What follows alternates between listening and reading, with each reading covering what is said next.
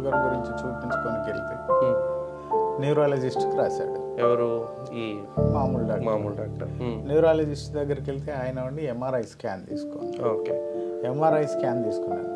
Scanning తీసుకునే వాళ్ళు కానీ ఈయన కానీ ఏమీ చెప్పలేదు. నెక్స్ట్ డే రమ్మన్నాడు. పోయాను.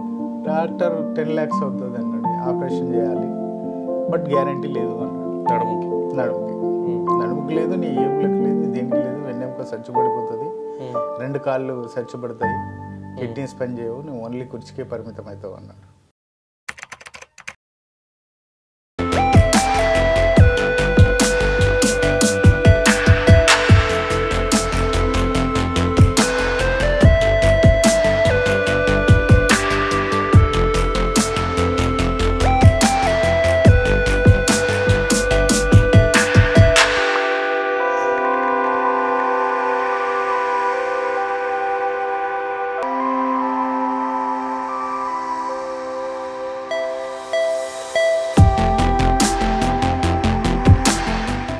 Hi, this doctor Rahul Gule, physio manual therapist and pain man specialist. ఈరోజు మనం మిస్టర్ వెంకటేశ్వర గారితో ఉన్నాము. Age about 55 years. సో సార్ని అసలు ఎవరు పేరుతో పిలవరట, ఎందుకంటే 24/7 అని అంటారట ఆఫీస్లో. ఎందుకంటే by profession he's a driver, cab driver. So sir మన దగ్గరికి low back pain and right leg లాగడం, రేడియేటింగ్ పెయిన్తో రావడం జరిగింది. Almost numbness, tingling and weakness కూడా ఉండే. సో మనం 14 sessions ఇవ్వడం జరిగింది. సో ఇది టెస్టిమోనియల్ వీడియోస్. సో ఆయన అడిగి తెలుసుకుందాం ఆయన ఎక్స్పీరియన్స్ ఎలా ఉంది, సో ప్రాబ్లం ఎలా స్టార్ట్ అయింది, అండ్ మన దగ్గర రాకముందు ఏమైనా ట్రీట్మెంట్స్ తీసుకున్నారా, సో తీసుకున్న తర్వాత ఎలా ఉంది, ప్రోగ్రెషన్ ఎలా ఉంది అనేది. సో హలో అండి. Hello sir. సో ఎలా స్టార్ట్ అయింది ప్రాబ్లం, ఎప్పుడు స్టార్ట్ అయింది, అసలు ఏముంటుండే? యాక్చువల్గా ఈ ప్రాబ్లం అనేది తెలియదు. నేను షుగర్ పేషెంట్ని. ఓకే. షుగర్ గురించి చూపించుకోనికి వెళ్తే 2-3 సార్లు చూపించుకున్న తర్వాత మందులు తీసుకుంటూ ఉన్నా. ఆ 3rd weekలో పెయిన్స్ అనిపించాయి. ఓకే.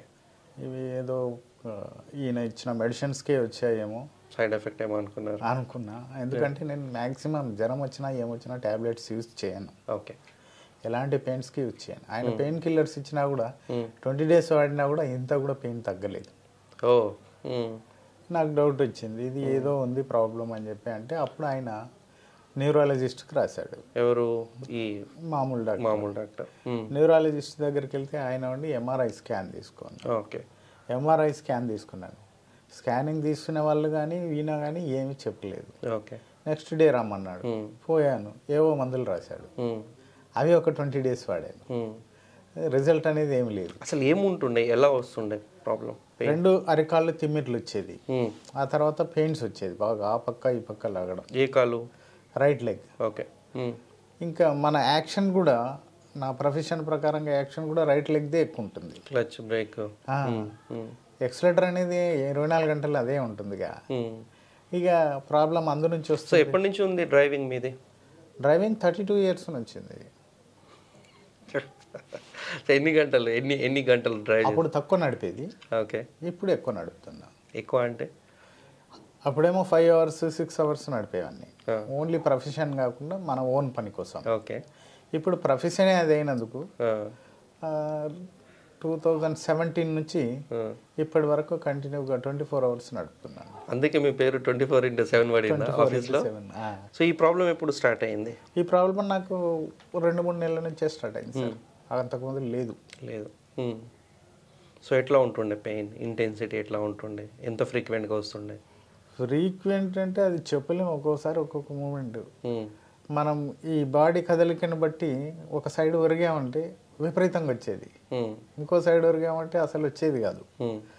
ఇక ఈ సీట్ బాగలేదని చెప్పి నేను కింద పిల్లో వేసుకోవటం, ఈపులో పిల్లో పెట్టుకొని నడపటం మొదలుపెట్టాను. అట్లా కొంత ఉపశమనం ఉంటుందేమో అని. అట్లా కూడా రాలేదు. రాకపోతేనే ఇంకా డాక్టర్ని సంప్రదించా. ఆ తర్వాత రెగ్యులర్గా నేను ఎక్కువగా యూట్యూబ్ చూస్తుంటా టైం పాస్. కానీ డాక్టర్ ఏమన్నారు మీకు? డాక్టర్ 10 lakhs అవుతుంది అన్నాడు, ఆపరేషన్ చేయాలి, బట్ గ్యారంటీ లేదు అన్నాడు. నడుముకి లేదు, నీ ఈబులకు లేదు, దేనికి లేదు, వెన్నెముక సచ్చుపడిపోతుంది, 2 కాళ్ళు సచ్చుపడతాయి, కిడ్నీస్ పని చేయవు, నువ్వు ఓన్లీ కుర్చీకే పరిమితం అవుతావు అన్నాడు. పరిమితం అవ్వడం మేము దేనికి సార్, మిద్దె మీద నుంచి దూకి వచ్చినా కూడా అయిపోతుంది, మరి దాంట్లో కూర్చొని ఏం చేస్తావు? అలా అనకండి, అది కాదు, ఏదన్నా ఉంటుంది ట్రీట్మెంట్ అన్నాను. ఆయన ఏం లేదు, అదొకటే మార్గం అన్నాడు, ఆపరేషన్ ఒకటే. నేను యూట్యూబ్ చూస్తుంటాను అప్పుడప్పుడు, మీ అన్ని క్లాసులు అవి చూస్తుంటా. అది గుర్తొచ్చింది ఒకసారి. నేను చూసి మా ఫ్యామిలీకి చెప్పా, ఇలా ఉంది చూడు ఒకసారి అని. చూసి ఆమె చూసి మేడంని సంప్రదించి ఇది చేస్తే తగ్గుతుంది, ట్రీట్మెంట్ అవుతుంది ఉంది అని ఈడికి వచ్చాను. ఈడికి వచ్చిన తర్వాత అప్పుడు వాడుతున్న ట్యాబ్లెట్లన్నీ బంద్ చేయమన్నారు, బంద్ చేశారు. ఎక్సెప్ట్ షుగర్ ట్యాబ్లెట్లు మాత్రమే వాడుతున్నాను.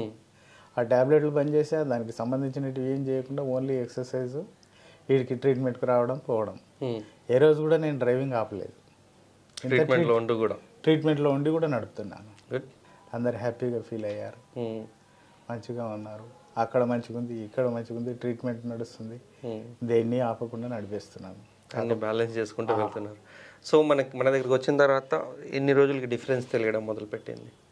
ఒక 4 సిట్టింగ్స్ తర్వాత మొదలుపెట్టింది సార్. మెల్లమెల్లగా తగ్గడం మొదలైంది. పూర్తిగా తగ్గింది నాకు 6-7 సిట్టింగ్లలోనే తగ్గిపోయింది. ఓకే.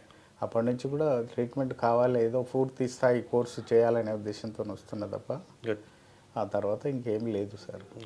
ఒక ఈ లెగ్ ప్రాబ్లం తప్పితే నాకు మిగతా ప్రాబ్లమ్సే లేవు. ఓకే. అప్పుడు చిరాకు ఉండేది, పిచ్చి ఉండేది, ఆకలి అయ్యేది కాదు, నిద్ర వచ్చేది కాదు, తెల్లాళ్ళు అయితే నరకం అనుభవించేవాడిని నొప్పికి. ఎందుకంటే అది ఏమంటారు చూడు, పల్లెటూర్లల్లో చేతబడి చేసిండ్రు అన్నట్టు. ఇప్పుడు ఈడ ఉంటుంది, ఆ తర్వాత ఇక్కడ ఒక ఫీట్ మీదకి వెళ్తుంది. అరే ఇక్కడ వచ్చింది కదా అని ఇక్కడ చేయబట్టి నొక్కుంటే ఆ పాదానికి వెళ్ళిపోతుంది. ఎందుకు వస్తుంది, ఏమొస్తుంది అని కొన్నిసార్లు చేతబడి చేశారా, భానుమతి చేశారా అన్న ఫీలింగ్ కూడా వచ్చేది. అలా జరుగుతుండేది.